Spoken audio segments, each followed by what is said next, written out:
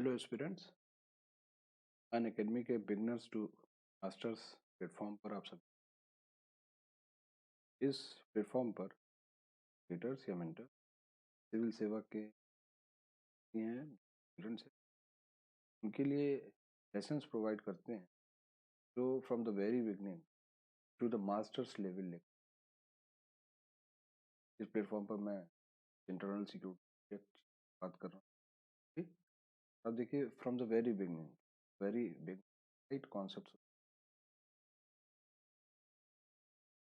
बहरहाल अन अकेडमी के बारे में आप जानते हैं कि इंडिया का सबसे बड़ा largest learning platform,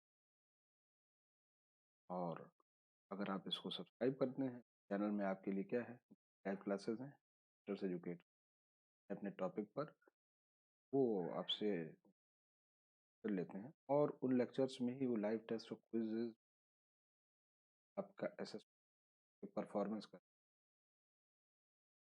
structured course का मतलब होता है कि जैसी आपकी एग्ज़ाम की रिक्वायरमेंट है ठीक वैसे ही कोर्स आपको प्रोवाइड। अनलिमिटेड एक्सेस का मतलब होता है 365 24 घंटे बगैर भी आप अन अकेडमी को एक्सेस कर सकते हैं, लाइव क्लासेस में पार्टिसिपेट, ऑर्डर जो वीडियोज़ हैं उनको भी देख सकते हैं। अन अकेडमी के ऐप को डाउनलोड कीजिए और उसे सब्सक्राइब कीजिए। मैं विजय पांडे हूँ। पिछले 17 साल से science technology environment ecology prelims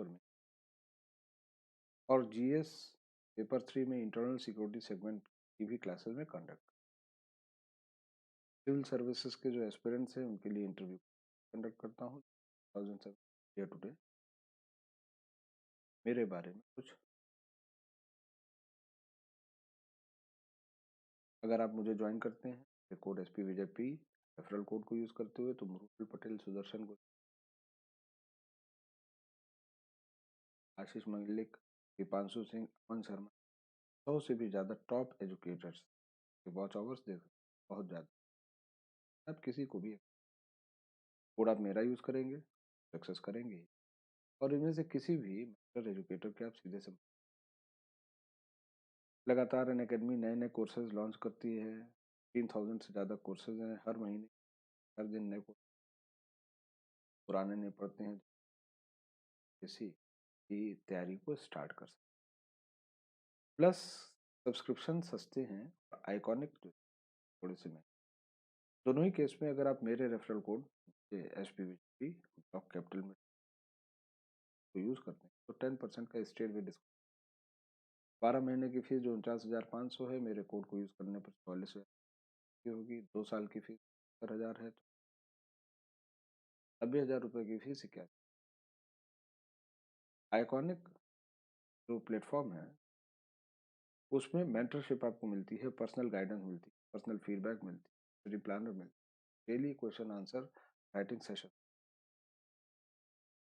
40 जो है आप कह सकते हैं प्लस प्लेटफॉर्म है उसमें एक महीने के 1 साल की फीस 49,500, और यहाँ आइकॉनिक में यही फीस 20,000 ज़्यादा होकर के 69,500 की। इस पर भी आपको 10%। तो कोर्स आप 1 साल का करेंगे, 2 साल करेंगे, 3 करेंगे। आइकॉनिक कोर्सेज जो है 1, 2 और 3 ईयर ही है और ड्यूरेशन, और वैसे भी सिविल सेवा की तैयारी इससे छोटे ड्यूरेशन।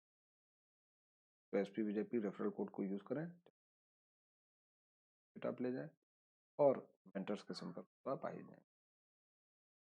CSE में जो सिविल सर्विसेज एग्जाम है उसमें ऑप्शनल सब्सक्रिप्शन भी शुरू किए गए हैं, और 27,500 इसकी 12 महीने की। और अगर आप मेरे रेफरल कोड SP विजय P को यूज़ करते हैं करके 24, और ऐसे ही 2 ईयर और 3 साल के भी से किसी को जैसी आपकी रिक्वायरमेंट, लॉन्ग टर्म स्ट्रेटजी और फ्रूटफुल। मैं इस लेक्चर सीरीज में इंटरनल सिक्योरिटी केस पेपर 3 आगे मीन्स के टॉपिक के रूप, और ऐसा चैनल का नाम है बिगिनर्स टू मास्टर्स, और वास्तव में हम लोग बिगिन से मास्टर। पहले लेक्चर में जो नक्सल प्रॉब्लम से रिलेटेड था हमने ये बताया कि नक्सल प्रॉब्लम वास्तव में सोशियो इकोनॉमिक प्रॉब्लम थी, एक land related socio economic problem थी, लैंड रिलेटेड। और इस लैंड रिलेटेड प्रॉब्लम को देश की आज़ादी के बाद ठीक करने की 3 पैरेलल स्ट्रेटजीज थी। एक संवैधानिक संशोधन था, लॉ में परिवर्तन, कि हम लैंड लॉ में बदलाव कर देंगे, सीलिंग एक्ट ला देंगे और राइट टू प्रॉपर्टी के जो है आप कह सकते हैं इन चीज़ों को, ये जो प्रावधान है जो परिवर्तन किए गए हैं उनको हम बाहर कर दें। और कुछ कारणों जिनके हमने उल्लेख कल बहुत डिटेल में किया था, उसके कारण ये पेपर तो पर तो अच्छे थे, एग्जीक्यूशन लेवल पर बढ़िया। आचार्य विनोबा भावे की दूसरी रणनीति थी, जो गांधीवादी विचारधारा के थे, जयप्रकाश नारायण के समर्थक थे। अंतःकरण की आवाज उठवाने और उस अंतःकरण की आवाज के द्वारा जमींदारों के मन में एक ऐसा आग्रह भरना कि जिससे वो अपनी जमीन का 1/6 भाग, जो लैंडलेस लेबरर्स हैं, लैंडलेस किसान हैं, जो भूमिहीन कृषक हैं, कृषि जो आप कह सकते हैं जो कृषि के ऊपर निर्भर करते हैं, के पास जमीन नहीं होती, उनको फवाजिल जमीन, उनको अतिरिक्त जमीन सरकार के पास है, 1/6 ज्ञान कर दे तो सर्वाइवल के लिए किसानों के पास। और उसमें कुछ हद तक 1961-62 तक कुछ सफलता मिली, लेकिन पोस्ट 1965 धीमे ये जो विनोबा भावे का, आचार्य विनोबा भावे का जो हैं रामदान भूदान आंदोलन था, धीमे और तब फिर कल हमने लेक्चर रोका था कि कम्युनिस्ट्स ने किस तरीके से भूमि संबंधी विसंगतियों को हल करने की कौन कौन से, इससे पहले कि हम आज़ादी के बाद जो है कम्युनिस्ट पार्टी के नेतृत्व में किस तरीके की सकते हैं दिक्कतें आई और किस तरीके से 3 तरीके के नेतृत्व आप कह सकते हैं भारत में एग्जीक्यूशन हुआ अलग अलग, किस तरीके से कम्युनिस्ट पार्टी का, ये आप कह सकते हैं इसके बारे में भी आगे। लेकिन इससे पहले कि हम भारतीय परिस्थितियों में कम्युनिस्ट के द्वारा भूमि संबंधी विसंगतियों को हल करने के लिए जो तीसरा मार्ग उठा, उसके बारे में चर्चा करें और इसी के अंतर्गत हम लेफ्ट विंग एक्सट्रीमिज्म और नक्सलिज्म की सारी प्रॉब्लम्स को उठा लें। उससे पहले कम्युनिस्ट्स के बारे में कुछ चर्चा, जो जो आप कह सकते हैं कम्युनिस्ट विचारधारा है, इसको हिंदी में हम कहते हैं साम्यवादी विचार, कम्युनिस्ट विचारधारा है तो हिंदी में साम्यवादी विचार। साम्यता का मतलब क्या होता है? इक्विटी, एक समानता। तो साम्यवादी विचारधारा क्या करेगी? जो वर्ग विभेद हैं सोसाइटी में, आर्थिक आधार पर जो वर्ग विभेद, एक आप कह सकते हैं एलीट होता है, एक प्रोलेटरिएट, एक आप कह सकते हैं एक ऐसा वर्ग होता है जो संपन्न होता है, बुर्जुआ, और एक सर्वहारा होता है जिसके पास कुछ नहीं। तो साम्यवादी विचारधारा वास्तव में इस प्रेमाइस पर थिंक करती है कि सोसाइटी में 2 तरीके के आर्थिक भेद होते हैं, एक एलीट बुर्जुआ होता है जिसके पास सब कुछ होता है, और एक प्रोलेटरिएट होता है, एक सर्वहारा होता है जिसके पास कुछ नहीं। भूमिहीन कृषक, आप कह सकते हैं मजदूर जो कि मिलों में काम करते हैं, दैनिक भाड़े पर कार्य करने वाले मजदूर, मधुआ मजदूर, ये किस में आएंगे? ये सर्वहारा में। कुछ है ही नहीं, कुछ अपना हाथे बैठे हुए, भौतिक संसाधन। और बुर्जुआ एलीट के पास सब कुछ है, के पास साधन। तो इसमें साम्यता स्थापित कर,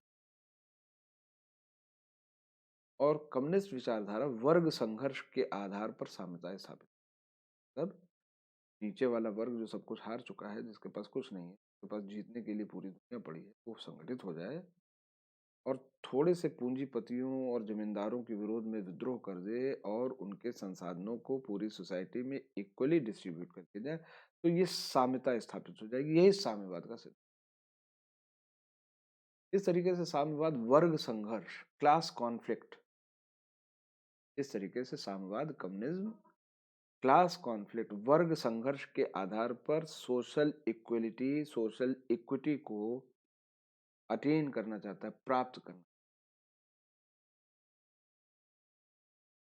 थोड़ा सा और थोड़ा सा और जरूरी है कि हम पूरा बेसिक कॉन्सेप्ट लेकर के चलें, क्योंकि बिगनर्स टू मास्टर से तो हम ये मान करके चल रहे हैं कि आप में से बहुत सारे ऐसे छात्र छात्राएं इस चैनल से जुड़े होंगे, ये चीज़ों को बेहतर जानते हैं। थोड़े से ऐसे होंगे जो नोविस होंगे, नए होंगे, आगंतुक हैं, जिनके लिए चीज़ें अभी नई होंगी और उनको भी समझाना जरूरी है। तो बिगनर्स टू मास्टर्स में हमारा तो लक्ष्य यही है कि हम बिगिन करें और मास्टर तक ले चलें। तो थोड़ा सा लिबर्टी ले रहा हूँ, प्लेट से हट रहा हूँ, प्लेट पर लिखा है उससे हट रहा हूँ, तो इसको जरा ध्यान से सुनिए। हमने इस विचारधारा का ओरिजिन के बारे में कुछ चर्चा की जाए। देखिए, व्यवस्था समझिए। एक समाज व्यवस्था होती है, एक अर्थतंत्र होता है, एक राज। सोसाइटी को गवर्न करने के लिए तीन चीज होती है। समाज का अपना एक ढांचा है। हिंदुस्तान में सामाजिक ढांचा जातियों के आधार पर, हम ये नहीं कह रहे हैं कि अच्छा है कि बुरा। दूसरा एक आर्थिक, आप कह सकते हैं, तंत्र होता है। सब समाजों में एक अर्थतंत्र। हिंदुस्तान में जो अर्थतंत्र है, लंबे समय तक मिक्स्ड इकोनॉमी चलती रही।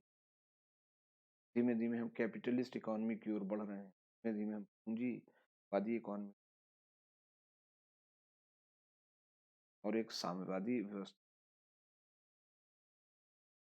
तो साम्यवादी व्यवस्था, अभी हमने क्या कहा, आर्थिक आधार पर उस समाज में वर्ग विभेद को खोज रहे हैं और उस आर्थिक खाई को पाटने के लिए वर्ग संघर्ष की बात कर रहे हैं। तो मूल मंतव्य आर्थिक खाई को पाटना है।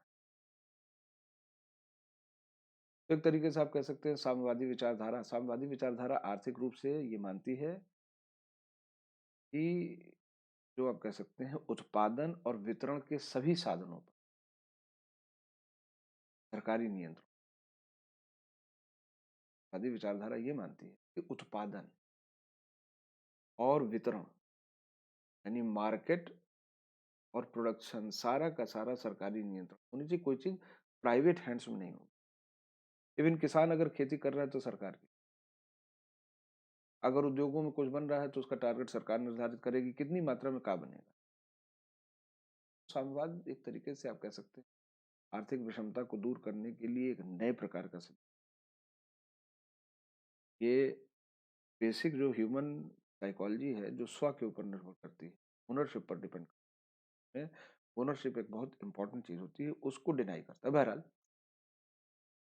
फिर समाज को गवर्न करने के लिए एक तीसरी प्रणाली होती है जिसे हम कहते हैं पॉलिटिकल स्ट्रक्चर।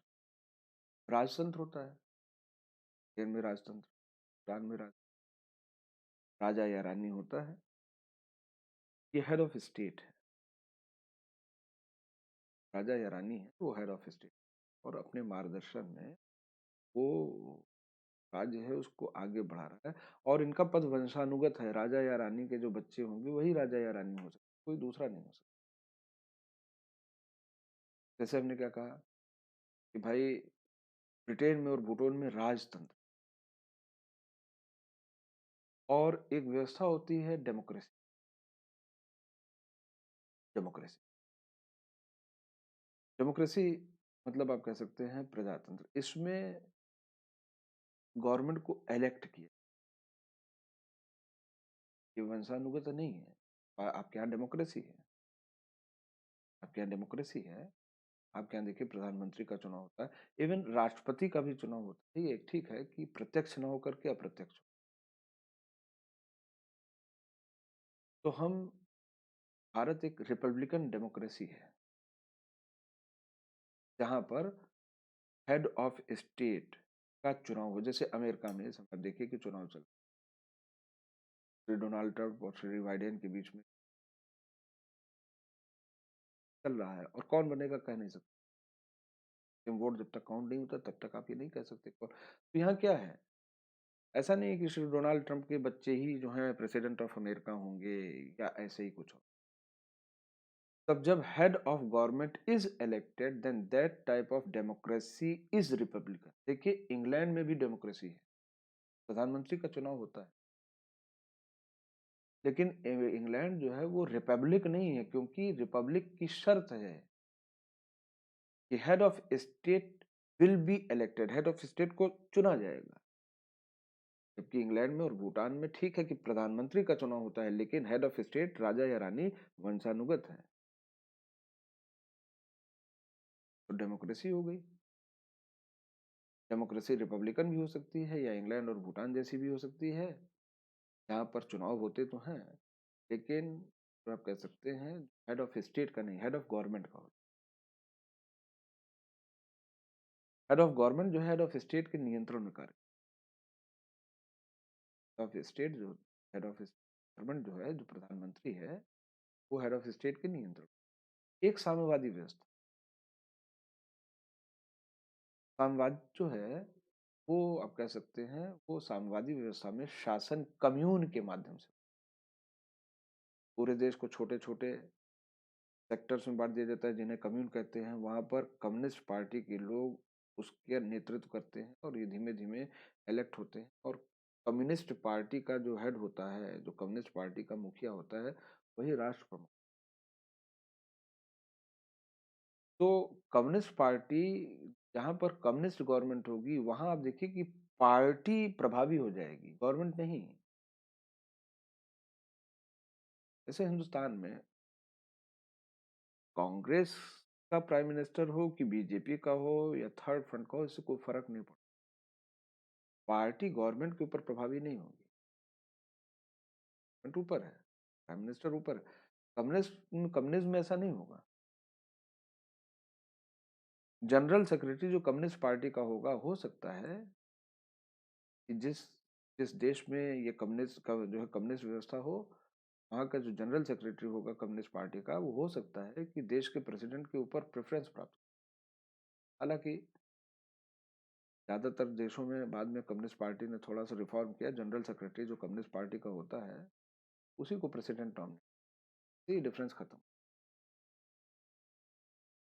तो अब एक चीज समझिएगा, पूरी दुनिया में पूरी दुनिया में दो चीजें अलग अलग हैं। हम रिपब्लिक हैं, हम कैपिटलिस्ट पूंजीवादी हो भी सकते हैं, और हो सकता है कि हम मिक्स्ड इकोनॉमी पर चल रहे हैं। भारत जो है एक डेमोक्रेटिक कंट्री है, तो ये डेमोक्रेसी क्या है, ये हमारी पॉलिटिकल स्ट्रक्चर को बता रहा है। और हमने अपने लिए मिक्स्ड इकोनॉमी का चयन किया। अमेरिका भी डेमोक्रेटिक है, लेकिन उसने जो अपनी इकोनॉमी का चयन किया है वो कैपिटलिस्ट है।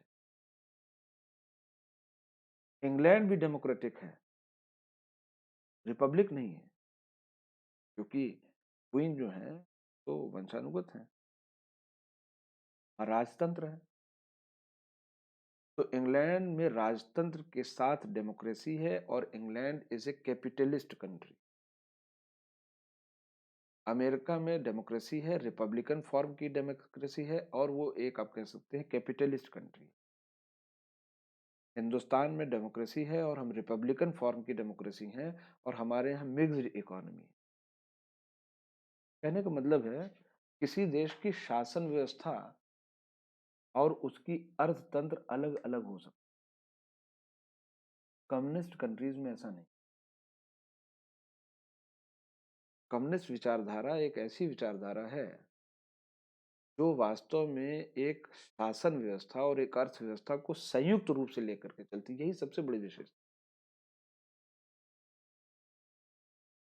कम्युनिस्ट कंट्री पूंजीपति नहीं, पूंजीवादी नहीं होगा। तो ठीक है कि चाइना ने एक देश दो व्यवस्था के अंतर्गत अपने कुछ क्षेत्रों को पूंजीवादी सिद्धांत पर चलने की उसने अनुमति दे रखी। देखो, डिस्टॉर्शन है जो कार्ल मार्क्स और एंगल्स ने जो प्रस्तावित किया था, उसका डिस्टॉर्शन है। जो माओ ने बनाया था उसका डिस्टॉर्शन है। जो लेनिन ने बनाया था उसका डिस्टॉर्शन है। आदर्श नहीं है आज का चीन, आदर्श नहीं है आज का चीन। क्योंकि जो आप कह सकते हैं कि अ, माओ का जो चीन है वो साम्यवाद के आदर्श सिद्धांत पर बना।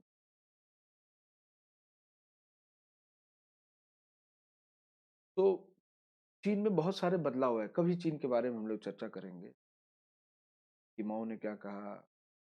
तो आप कह सकते हैं आज के जो राष्ट्रपति वो क्या कहते हैं, जाओपिंग ने क्या कहा।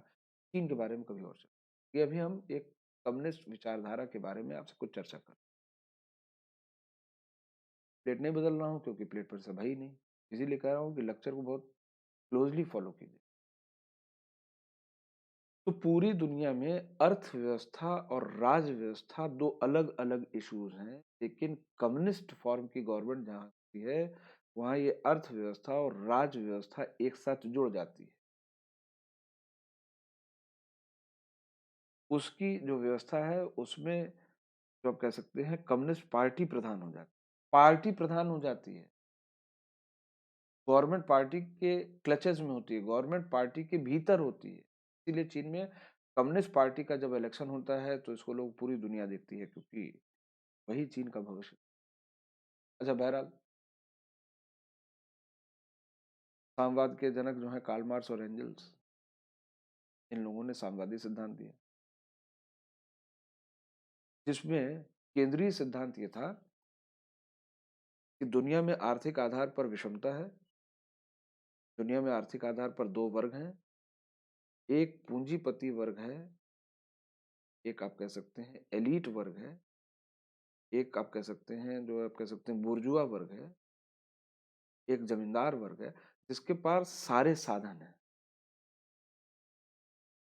और एक सर्वहारा है, एक प्रोलेटरिएट है जिसके पास कोई साधन नहीं। ये वास्तव में बुर्जुआ के लिए कार्य करते हैं, ये श्रमिक हैं। साम्यवाद ये कहता है कि इस खाई को पाटना है, और वो कहता है कि ये साधारण नहीं, ये वर्ग संघर्ष होगा, और वर्ग संघर्ष हिंसक होगा। इसलिए कम्युनिस्ट पार्टी की जो मूल विचार है वो हिंसा पर आधारित है, इक्वलिटी चाहिए। अब रूस में पीटर द ग्रेट के समय में इंडस्ट्रियल रेवोल्यूशन हो गया।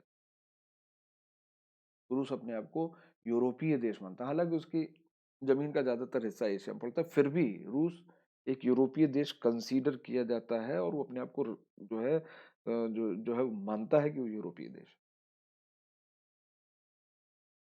तो पीटर द ग्रेट के नेतृत्व में जो है उसका जो आप कह सकते हैं उसका पूरी तरीके से जो है वो एक कैपिटलिस्ट कंट्री के रूप में, एक पूंजीवादी देश के रूप में उभर गया और काफी तरक्की की। किसने? रूस ने। तो जब इंडस्ट्रियल रिवोल्यूशन हो गया, कैपिटलिज्म आ गया, पूंजीवाद आ गया, तो दो वर्ग बन गए। अगर पूंजीपति है, अगर इंडस्ट्रियलिस्ट है, तो इंडस्ट्रियलिस्ट में एक इंडस्ट्री ओनर होगा और एक क्या होगा? श्रमिक होगा। तो वर्ग संघर्ष जो वर्ग बना रूस के समाज में, वो पूंजीपतियों और उद्योगपतियों का एक एलीट वर्ग और एक श्रमिकों का वर्ग। लेनिन ने कहा दुनिया की मजदूरों एक हो जाओ, हमारे पास खोने के लिए कुछ नहीं। 1917 में उन्होंने निकोलस जार, जो वहां के रूस के उस समय के राजा थे, राजतंत्र था, की सत्ता को पलट दिया। राज जार निकोलस की परिवार सहित हत्या कर दी, और रूस में जो आप कह सकते हैं साम्यवादी व्यवस्था ले आई। सारे रूस को छोटे छोटे कम्यून में बांट दिया गया, जहां कम्युनिस्ट पार्टी के लोग मुखिया होते। वो कम्यून्स में साम्यवादी सिद्धांतों के आधार पर उत्पादन और वितरण के समस्त साधनों पर कम्युनिस्ट पार्टी का नियंत्रण। कौन किसान अपने खेत में क्या उगाएगा? कम्युनिस्ट पार्टी में। किसी उत्पाद का क्या रेट होगा, किस रेट पर बिकेगा, पार्टी बता। देखिए, यहाँ योग्यता के आधार पर मानदेय नहीं है, जरूरत के आधार, जरूरत तो उसके आधार का निर्धारण। तो ये आप कह सकते हैं ये रूस में कम्युनिज्म इस तरीके से पहुंचा। बाद में खैर 1990-91 के आसपास रूस का विखंडन। आज रूस में आप देखिए कि डेमोक्रेसी भी है, वो कैपिटलिस्ट हो गई, विवादी हो गया, में कम्युनिज्म का नामो निशान खत्म। माओ से तुंग जो है लेनिन से बहुत प्रभावित थे, चीन के थे, और माओ से तुंग ने चीन में साम्यवादी विचारधारा को लाने के लिए कार्य किया। लेकिन चीन भारत की ही तरीके से एक उपनिवेश था, विभिन्न यूरोपीय शक्तियों का उपनिवेश। भारत में केवल एक बड़ी भारी औपनिवेशिक शक्ति थी, ब्रिटेन। और चीन में ब्रिटेन और फ्रांस और जर्मनी और अमेरिका सभी देशों के चीन के छोटे छोटे भागों पर नियंत्रण। चीन में भी राजतंत्र था। नेशनल कोमिंतांग पार्टी, राष्ट्रीय जो कोमिंतांग पार्टी है, चीन की एक राष्ट्रवादी पार्टी थी, उसने राजतंत्र को समाप्त करवा दिया और उपनिवेशवाद के विरोध हल्ला बोल दिया। माओ ने भी नेशनल जो कोमिंतांग पार्टी है उसके साथ हाथ मिला लिया और औपनिवेशिक शक्तियों को चीन छोड़ने के लिए बाध्य कर दिया। तरीके से चीन राजतंत्रीय व्यवस्था और औपनिवेशिक जो जो जो वृत्तियां हैं उससे स्वतंत्र हो। अच्छा, अब चीन तो स्वतंत्र हो गया। चीन क्योंकि उपनिवेश था इसलिए उसका इंडस्ट्रियलाइजेशन नहीं हुआ। उस जमाने में उस जमाने में जो उपनिवेश होते थे वो प्राथमिक उत्पादक हुआ करते थे, कृषि और इस तरीके के जो प्राथमिक जिनसे उनका उत्पादन किया जाता था, और बने सामग्रियों को विदेशों से लाकर के डंप किया जाता था। आपने इतिहास पढ़ा होगा, भारत में ही होता था। अंग्रेज कच्चा माल भारत से ले जाते थे और विनिर्मित वस्तुओं को इंग्लैंड से ला करके भारत में डंप कर देते थे। कच्चा माल सस्ता ले जाते थे, विनिर्मित वस्तुओं को बड़ी महंगी ले आते थे। इस तरीके से बहुत बड़ी मात्रा में आर्थिक लाभ प्राप्त कर रहे। भारत जो पूरी दुनिया को कभी कपड़ा सप्लाई करता था, बाद में इंग्लैंड से कपड़ा आयात करने, क्योंकि यहाँ के उद्योग धंधों को बर्बाद किया गया था। ऐसे ही चीन में भी हुआ। ऐसे ही चीन में भी हुआ। यही कारण है कि पंडित जवाहरलाल नेहरू और ऐसे ही कुछ अन्य चिंतक चीन को अपना भाई मानते थे, क्योंकि उसी उसी प्रकार के संतरास से चीन भी गुजरा था जैसे हम गुजरे। बहरहाल 1947 में स्वतंत्र हो। बाद में जब औपनिवेशिक सत्ता चली गई तो माओ और राष्ट्रीय कोमिंतांग पार्टी में संघर्ष हो गया कि चीन के ऊपर वर्चस्व किसका। माओ साम्यवादी थे। साम्यवाद वर्ग संघर्ष खोजता है। रूस की तरीके से चीन वॉज नॉट इंडस्ट्रियलाइज्ड, और इंडस्ट्री नहीं थी तो ना इंडस्ट्रियलिस्ट और कैपिटलिस्ट थे, ना तो श्रमिक था। लेकिन चीन में क्योंकि अर्थव्यवस्था जमीन पर, कृषि पर आधारित थे, तो जमींदार वर्ग एक एलीट वर्ग था और भूमिहीन कृषक जो है ये कह सकते हैं ये सरभारा प्रोलेटरिएट थे। तो माओ ने यहां वर्ग खोज निकाला, लेनिन से डिपार्ट कर गए। साम्यवादी विचारधारा वर्ग वर्ग को खोजती है आर्थिक आधार पर।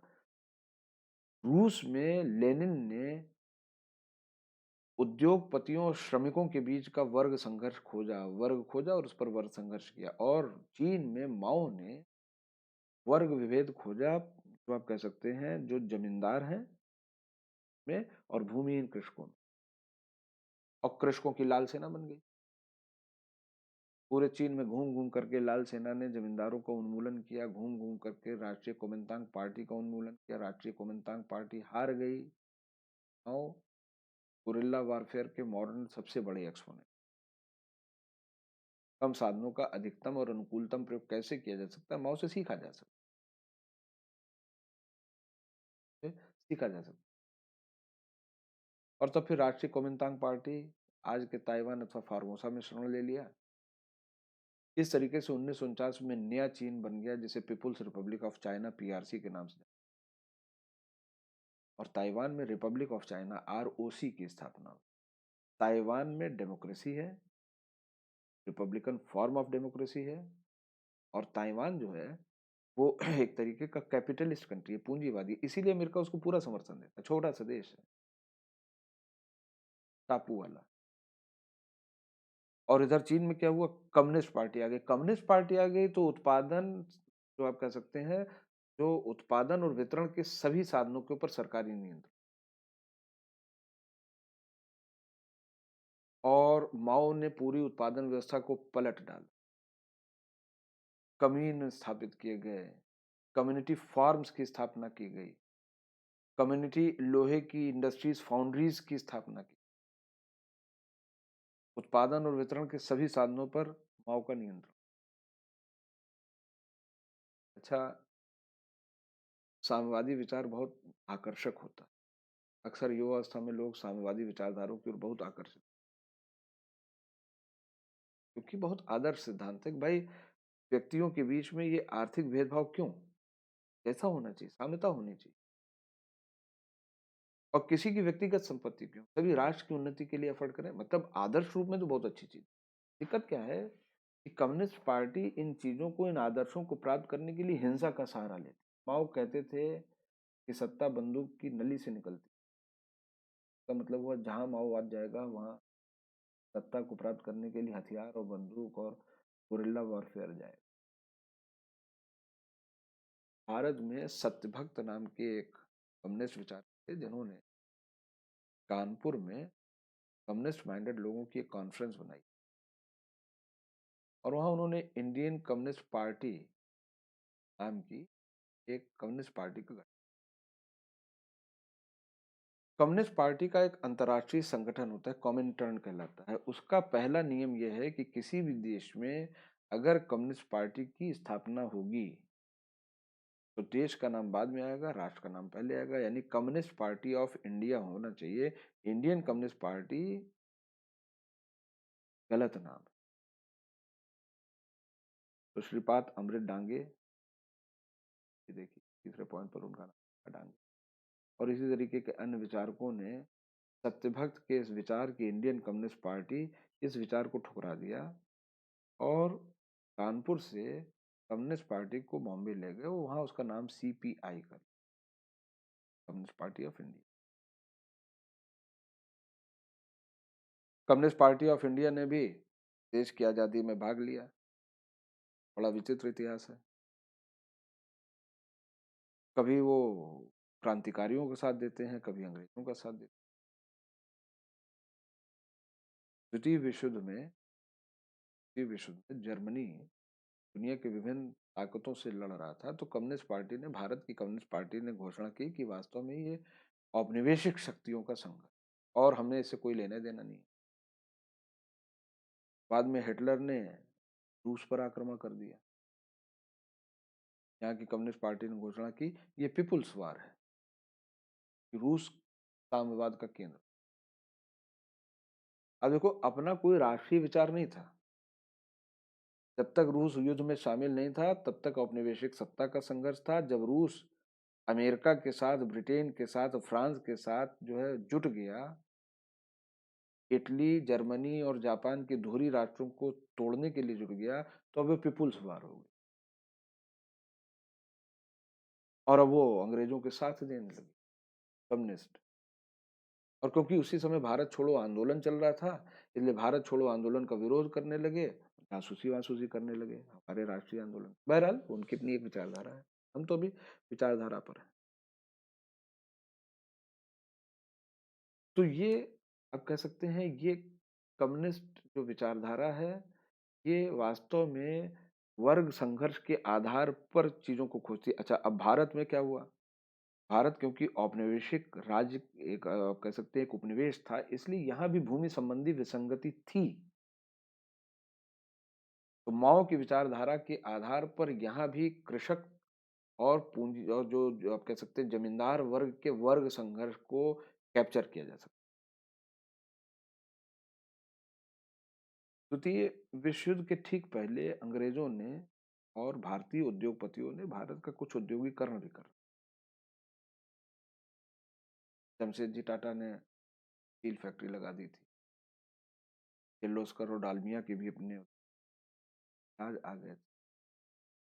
इस तरीके से छोटे मोटे उद्योग भारत में आने लगे थे। कुछ फैक्ट्रियां बॉम्बे में बन गई थी, कपड़ा वपड़ा निर्माण करने वाली बन गई, छोटी मोटी सामग्री बनने लगी।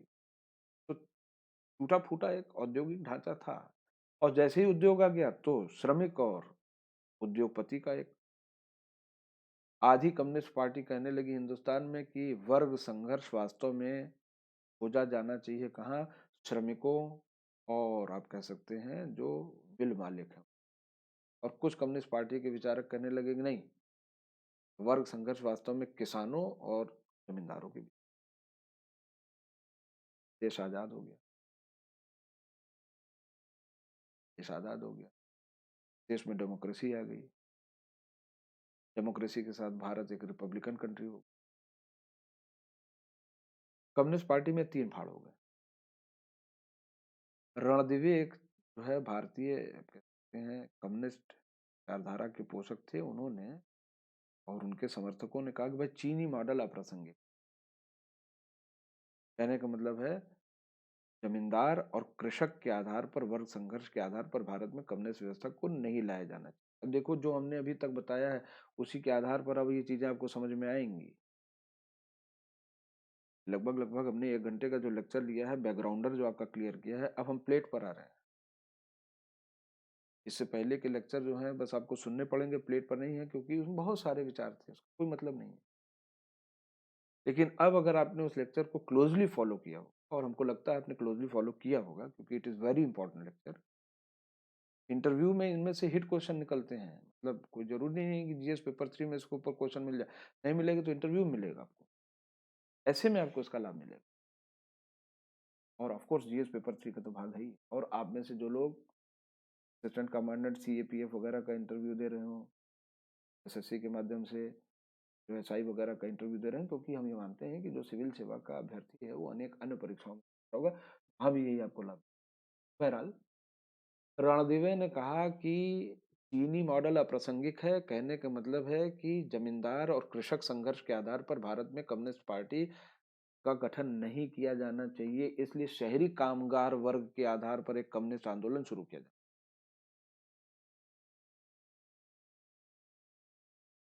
शहरी कामगार वर्ग के आधार पर विद्रोह कहाँ हुआ था? रूस में। रूस में किसने किया था? लेनिन ने। लेनिन के बाद किसने किया था? स्टालिन ने। स्टालिन लेनिन से भी ज्यादा कठोर थे,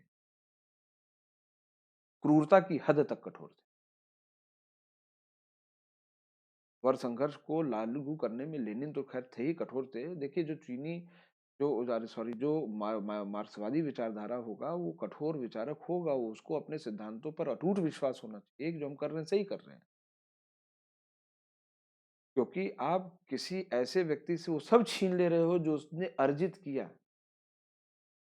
शायद अपने परिश्रम से। हो सकता है कुछ लोगों को ये जो है वंशानुगत रूप से मिल गया, लेकिन बहुत सारे लोग अर्जित करते हैं।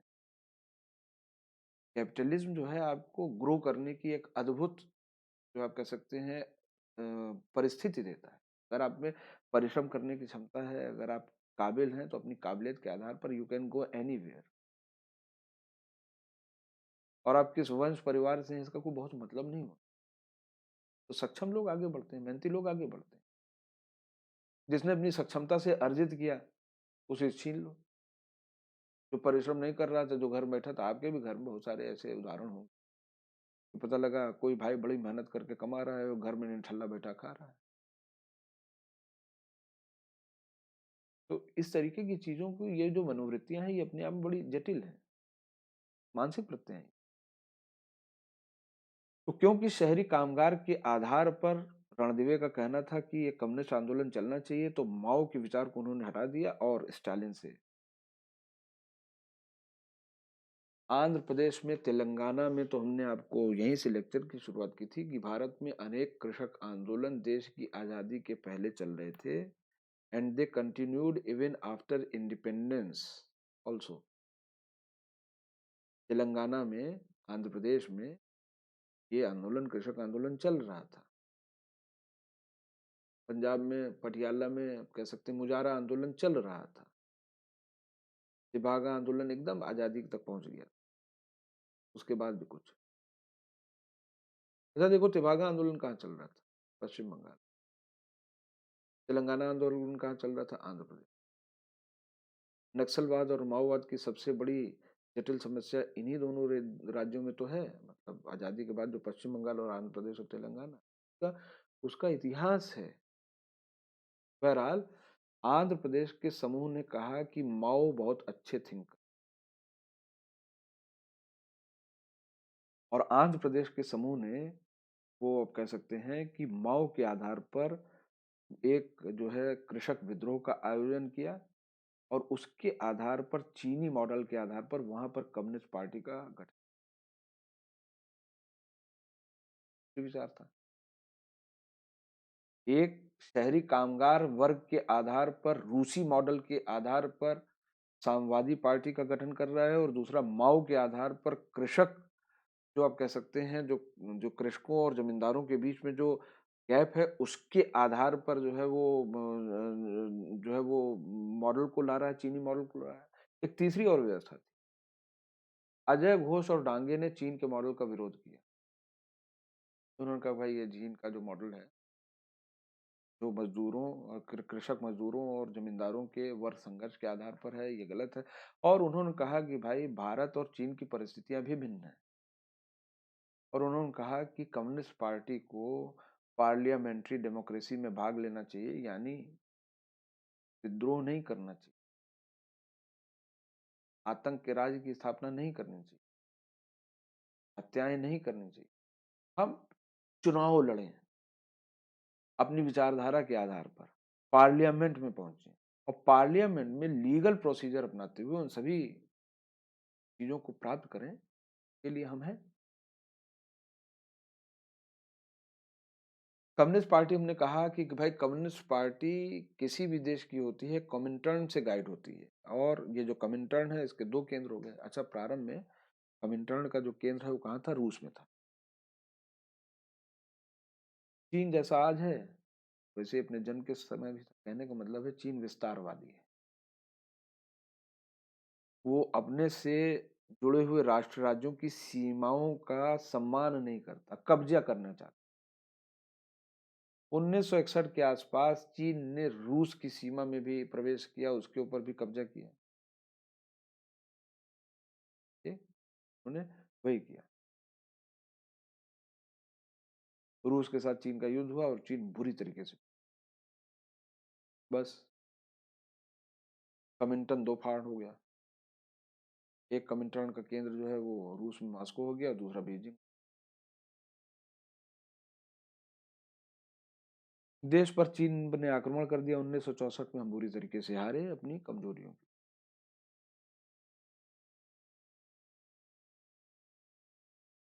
कुछ चीन के, कुछ जो है भारतीय कम्युनिस्ट पार्टी के जो विचारक हैं, उनका ये मानना है कि जो चीन ने भारत के ऊपर आक्रमण किया वो भारत को वास्तव में भारत की आंख खोली। क्या आंख खोली थी? कि भाई उस समय हिंदी चीनी भाई भाई कहा जा रहा था, और एक पॉपुलर नारा था जय जवान जय किसान, और ये कहा जा रहा था कि भारत जब एक शांतिपूर्ण देश है तो सेना की क्या जरूरत है, बल्कि सेना को कृषि में लगा दिया जाए। तो कुछ साम्यवादी विचारकों का ये मानना है कि चीन ने भारत पर इसलिए हमला किया कि भारत अपनी सेना को कृषि विषि में न लगा दे। ऐसा नहीं करना चाहिए, भारत को अपने रक्षा के ऊपर ध्यान देना चाहिए। इसलिए चीन ने भारत की आंख खोलने के लिए भारत, मतलब देखिए, देश के ऊपर हुआ है हमला, और कम्युनिस्ट पार्टी के कुछ विचारक अभी भी चीन की कम्युनिस्ट पार्टी का समर्थन करने के लिए उसके अंदर की कहानी निकाल। बहरहाल 1964 के चीन के जो है भारत पर आक्रमण करने का कुछ कम्युनिस्ट पार्टी के लोगों ने बहुत विरोध किया, और इस आधार पर कम्युनिस्ट पार्टी दो भागों में बढ़ गई, कम्युनिस्ट पार्टी ऑफ इंडिया और communist party of India Marxist. Communist party of India ने यह कहा कि भाई गैर पूंजीवादी विकास के लिए शांतिपूर्ण मार्ग अपनाया। वही अजय घोष और डांगे वाले कि हम सशस्त्र संघर्ष नहीं करेंगे, हम वर्ग संघर्ष के पक्षधर नहीं है। गैर पूंजीवादी विकास मतलब, गैर पूंजीवादी विकास मतलब पूंजीवादी विकास कैपिटलिस्ट विकास, गैर पूंजीवादी विकास मतलब एक ऐसा विकास जिसमें पूंजीवादी सिद्धांत केंद्रीय सिद्धांत ना रहे। तो गैर पूंजीवादी विकास के लिए, गैर पूंजीवादी विकास के लिए जो आप कह सकते हैं ये एक बहुत ही इंपॉर्टेंट चीज है, इसको जो है वो बहुत इंपॉर्टेंस दी जाए।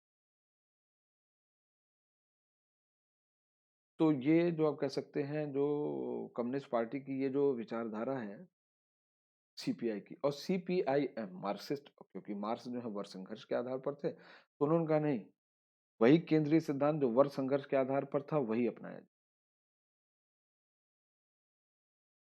देश की आजादी के बाद देखिए कम्युनिस्ट पार्टी और कम्युनिस्ट सिद्धांतों के प्रति लोगों को रुझान हट गया। इसलिए कम्युनिस्ट पार्टी जो है पॉलिटिकली जो है वो पिछड़ गई। मतलब क्योंकि भारत छोड़ो आंदोलन में कम्युनिस्ट पार्टी की जो भूमिका है संदेहास्पद थी, तो लोगों ने कम्युनिस्ट पार्टी की विचारधारा को खारिज किया कि भाई जब तुम देश के नहीं हो और औपनिवेशिक सत्ता का विरोध इस आधार पर नहीं कर रहे हो कि वास्तव में द्वितीय विश्व युद्ध जो है वो औपनिवेशिक सत्ताओं का संघर्ष है कि वास्तव में पीपुल्स वार है, फिर इसका कोई मतलब नहीं रह गया। और आज़ादी के बाद देश के ज़्यादातर राज्यों में कांग्रेस पार्टी की शासन की स्थापना और कांग्रेस पार्टी के पास एक लिगेसी थी। तब जब से कांग्रेस पार्टी का भारत में निर्माण हुआ, तब से आप देखिए कि कांग्रेस पार्टी ने देश के आज़ादी मूवमेंट में केंद्रीय भूमिका निभाई। हम ये नहीं कर रहे हैं कि Congress party, Indian national Congress ने ही वो देश को आज़ादी दिला दी और बाकी लोगों को योगदान नहीं। हम ये कह रहे हैं उसने केंद्रीय भूमिका निभाई, मेन स्ट्रीम होती। और Congress was a platform, it was very flexible and it was not a political party then. Congress के ही भीतर कांग्रेस सोशलिस्ट पार्टी जैसे प्लेटफॉर्म आ जाते। नेताजी सुभाष चंद्र बोस प्रेसिडेंसी के इलेक्शन को जीतने के बाद रिजाइन करते हैं, कांग्रेस के भीतर ही पार्टी का गठन। ऐसे अनेक उदाहरण। तो Congress was a platform, was main stream of struggle against capitalist and जो कम्युनिस्ट फॉर्म ऑफ गवर्नमेंट, ये इन सभी चीजों का विरोध कर रहे हैं, कम्युनिज्म का भी विरोध कर रहे हैं। हालांकि कांग्रेस क्योंकि फ्लेक्सिबल प्लेटफॉर्म था, इसलिए वामपंथी विचारधारा वाले बहुत सारे लोग कांग्रेस में शामिल हुए। जैसे पंडित जवाहरलाल नेहरू स्वयं वामपंथी विचारधारा के समर्थक थे and he was a Fabian socialist. लेकिन पूर्ण रूप से साम्यवादी सिद्धांत को कांग्रेस नहीं अपना रही। तो जवाहरलाल नेहरू ने वकालत की थी कि जमींदार वर्ग को समाप्त कर दिया जाना चाहिए, तो गांधी जी ने ही झिड़की दी थी कि जवाहर ये गलत बात है। देखिए उस समय बड़ा डेलिकेट समय था, हम औपनिवेशिक सत्ता के विरोध में संघर्ष कर रहे थे, अंग्रेज हमारे बीच में फूटो और राज करो की नीति पर काबिज थे। नेहरू जी कह रहे हैं जमींदारों को खत्म कर दो, तो माने सारे जमींदार खत्म करने की कोशिश करें, सारे पहुंच जाएंगे अंग्रेजों के पास। इसीलिए गांधी जी ने नेहरू जी को स्नब किया था कि गलत बात है, ये नहीं कह सकते। गांधी जी अपना एक विजन था। तो आप देखिए कि 1965-66 तक तो ठीक रहा। 1964 में चीन ने हमला किया और बड़ी पराजय हुई और कांग्रेस पार्टी नेहरू जी के नेतृत्व पर लोगों को विश्वास दिखने लगा। 1967 में पश्चिमी बंगाल में जो चुनाव हुए उसमें गैर कांग्रेसी संयुक्त मोर्चा सरकार की स्थापना हुई और सीपीआई और सीपीआईएम ने अपने मतभेदों को बुला दिया। मतभेद तो था ही क्योंकि कम्युनिस्ट पार्टी ऑफ इंडिया शांतिपूर्ण मार्ग से गैर पूंजीवादी विकास के लिए और पार्लियामेंट्री डेमोक्रेसी का सम्मान करते हुए आगे बढ़ना चाह रही थी और सीपीआईएम उसी केंद्रीय वर्ग संघर्ष के सिद्धांत के आधार पर बढ़ना चाह रही थी, क्योंकि मार्क्स का नाम है, याद रखिएगा, वर्ग संघर्ष का केंद्रीय सिद्धांत पूंजीपतियों, उद्योगपतियों और श्रमिकों के बीच का होगा। और जब माओनामा जाएगा तो वर्ग संघर्ष का जो केंद्रीय सिद्धांत होगा वो जमींदारों और भूमिहीन कृषकों के बीच का होगा। बहरहाल सीपीआई सीपीआईएम जो है यूनाइट कर गए, उन्होंने यूनाइटेड फ्रंट दिया और सीपीआईएम के नेतृत्व में 2 मार्च 1967 को पश्चिमी बंगाल में एक सरकार की स्थापना हुई। एक सरकार की स्थापना हुई, किसके नेतृत्व में? सीपीआईएम के नेतृत्व 1967 में हुई। जो सीपीआईएम है और जो सीपीआई है वर्ग संघर्ष की बात करता है, किसानों के हित की बात करता है, वो औद्योगिक श्रमिक के हित की बात करता है। सीपीआई की केंद्रीय विचारधारा वही रहेगी कि हम कम्युनिज्म के जो कम्युनिस्ट फॉर्म ऑफ गवर्नमेंट है उसको एस्टेब्लिश करें। तो जब सरकार की स्थापना हुई तो वैसे ही जो कम्युनिस्ट पार्टी के जो आप कह सकते हैं जो कम्युनिस्ट पार्टी जीती, तो कम्युनिस्ट थिंकर्स ही गवर्नमेंट में आएंगे। और हरे कृष्ण कोराण जैसे लोग जो हैं वो कह सकते हैं वो गवर्नमेंट में। हरे कृष्ण कोराण स्वयं एक किसान नेता थे और चुनाव जीतने के बाद भू राजस्व मंत्री।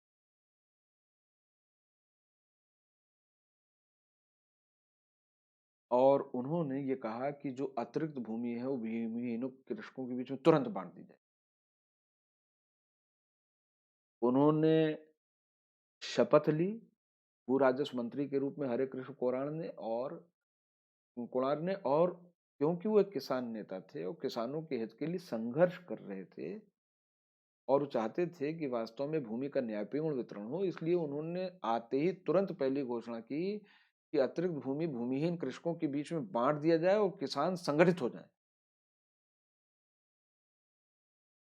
अब किसान संगठित हो जाए, उनका सोचना था कि किसान इस संबंध में पहल करेंगे।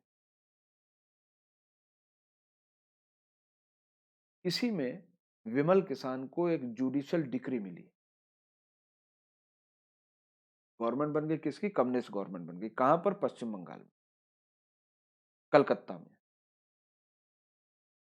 विमल किसान जो दार्जिलिंग जिले के नक्सलबाड़ी ग्राम में खेती करता था, उसे एक जुडिशियल डिक्री मिली, उसे एक न्यायिक आदेश मिला जिसमें उसको कहा गया कि जो जमीन है वो तुम्हारी अपनी है और वो जमींदार की नहीं है। जमींदार की नहीं है। तो अब जमींदार की नहीं है तो वो खेती करने के उद्देश्य से गया और जमींदार का संघर्ष हो गया। यहाँ पर देखिए हमने इसी घटना से कहानी शुरू की थी, तात्कालिक कारण। अब हम वहीं पर आ रहे हैं। और जमींदार ने इसका विरोध किया। जमींदार ने इसका विरोध किया। विमल किसान घायल हो गया। जनजातीय लोग, क्योंकि भू राजस्व मंत्री हरे कृष्ण कुमार ने कहा था कि भाई किसान संगठित हो जाए, ज्यादातर भूमिहीन कृषक ट्राइबल थे, वो सब संगठित हो गए और जमींदारों के विरोध में एक व्यापक हिंसा उस क्षेत्र में भड़क उठी और यही नक्सलवाड़ी आंदोलन। अब लॉ एंड ऑर्डर किसका सब्जेक्ट है? Law and order is a state subject. और अगर लॉ एंड ऑर्डर एक स्टेट सब्जेक्ट है, एक राज्य सूची का विषय है, तो पश्चिम बंगाल में कानून व्यवस्था का व्यवस्थापन किसके हाथ में होगा? कम्युनिस्ट पार्टी ऑफ मार्क्सिस्ट के हाथ में होगा। यही मुख्य केंद्र में थे सीपीआई। सीपीआईएम ने मिलकर चुनाव लड़ा था। सीपीआईएम के नेतृत्व में सरकार बनी थी। यद्यपि वर्ग संघर्ष के सिद्धांत के प्रणेता यही थे, किसानों के हित की बात यही करते थे। हरे कृष्ण कोराण के जो भू राजस्व मंत्री थे, उनके द्वारा दिए गए स्टेटमेंट के आधार पर हिंसा भड़की थी। फिर भी communist party of India Marxist और सीपीआई ने मिल करके सरकार की मशीनरी और पुलिस का प्रयोग करते हुए इस नक्सलवादी आंदोलन को पूरी तरीके से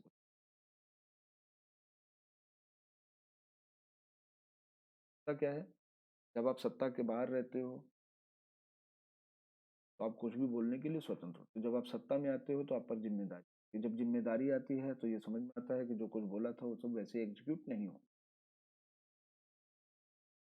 तो आप देखिए कि ये जो है नक्सलवाड़ी जो हिंसा है, ये इस तरीके से बंगाल में इरप्ट हो गई। इस तरीके से बंगाल में ये हिंसा इरप्ट हो गई।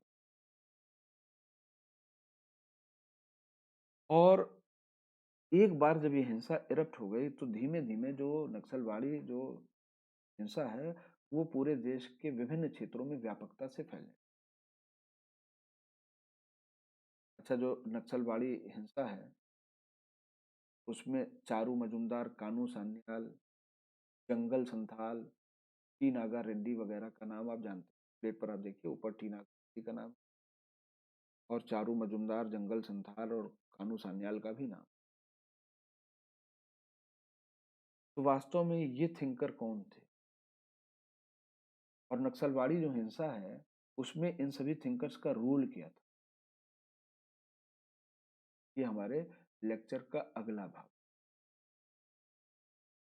तो आज का लेक्चर एक बैकग्राउंडर है, आपके बैकग्राउंड को क्लियर करने के लिए था। कम्युनिस्ट विचारधारा कह सकते हैं, विचारधारा के जो विभिन्न प्रकार हो सकते हैं और भारत में जो कम्युनिस्ट पार्टी है उसके जो विचार हैं वो क्या हैं, किस तरीके से अलग। आज की चर्चा फिर यहीं तक, कल अगले लेक्चर में मिलेंगे, यहीं से हम लोग आगे चर्चा कि वास्तव में क्या हुआ और किस तरीके से जो नक्सल आंदोलन है और आगे बढ़ा और देश के व्यापक क्षेत्र। यूट्यूब पर हमको फॉलो कर रहे हो, लाइक कीजिए, शेयर कीजिए, सब्सक्राइब कीजिए, दोस्तों को बताइए। यूट्यूब पर हमारी क्लासेस अवेलेबल हो गई और हम सिविल सेवा मुख्य परीक्षा के लिए जीएस पेपर 3 को लेकर के आए और उसमें इंटरनल सिक्योरिटी, जो कि एक बहुत महत्व।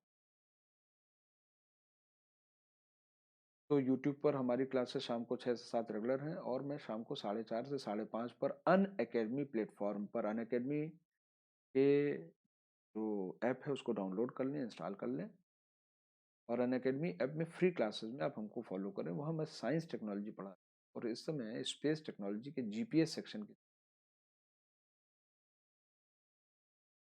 चैनल को लाइक करें, शेयर करें, सब्सक्राइब करें। अगर आप मेरे कोड VIJAYPSP विजय पी को यूज़ करते हैं तो आपको फीस में 10% का डिस्काउंट भी मिलेगा। आज के लिए इतना ही, कल मिलेंगे नक्सलवादी आंदोलन के अगले जो भाग है उसको लेकर के। घर में रहिए, सुरक्षित रहिए, टेक केयर।